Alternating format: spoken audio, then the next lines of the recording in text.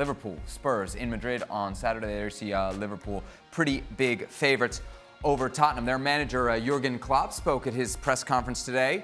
Dan Robbo, he offered us a couple nuggets, perhaps the most interesting or the most important for the match itself. Roberto Firmino will be ready for Saturday.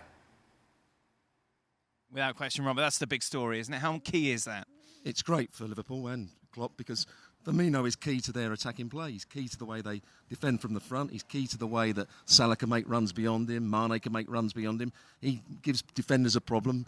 You know, they're not sure quite whether to go and pick him up or whether to drop off, and then it allows Liverpool more space in midfield because they're outnumbering the opposition. So he is absolutely key both with the defensive side of the game and the attacking side of the game. So Firmino will feature in the Champions League final, which then leaves us with the other big question. Can Steve Nicol make it to Madrid on his own? We will find out, of course, over the next couple of days. But for now, guys, have a good night. Back to you in the studio. I'm so worried about Stevie. That's funny. Well, as we speak, he still doesn't know what hotel he's staying in. He'll get it. This is stay with Dan. This is factual information. We're not making this up. I'm just saying. Roberto Firmino, how big a deal is that for Liverpool? Oh, that was smooth.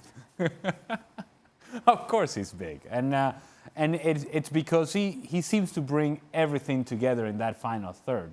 Sadio Mane has been excellent for this team. Mohamed Salah has been excellent for this team. Mane at times more important than Salah. But they both benefit from the presence of Roberto Firmino there because he does give you that option and that alternative of dropping off, holding on to the ball, moving in between lines to where he can then pick out a pass or be an option to a pass. All that movement from Roberto Firmino allows Mane and Salah to then have the freedom to move on the outside, to move on the inside. And it's because Firmino is there keeping the center backs busy. Ryan, we haven't gotten your take on the Champions League final since we found out who was going to be playing in it. What are you looking forward to most about the matchup? I'm really liking the fact that we're going to see probably two different styles of play. We have a team that loves the ball, presses all over the place, and a Tottenham team that can do a bit of both. I'm hopeful that Harry Kane is fit. And if Harry Kane is fit, the ability for Tottenham to counter is going to just be elevated even further. You got someone who can hold the ball, but also run in behind, score goals, and then, you know, with Lucas Moura and hopefully Son getting back on form, we're going to have one of the most exciting attacking games on paper that we could see. It's just a matter now of if those players can actually stay fit. Okay. If Kane can get fit, if Firmino Book can it, get 1-0. Yeah, exactly. That's what we thought.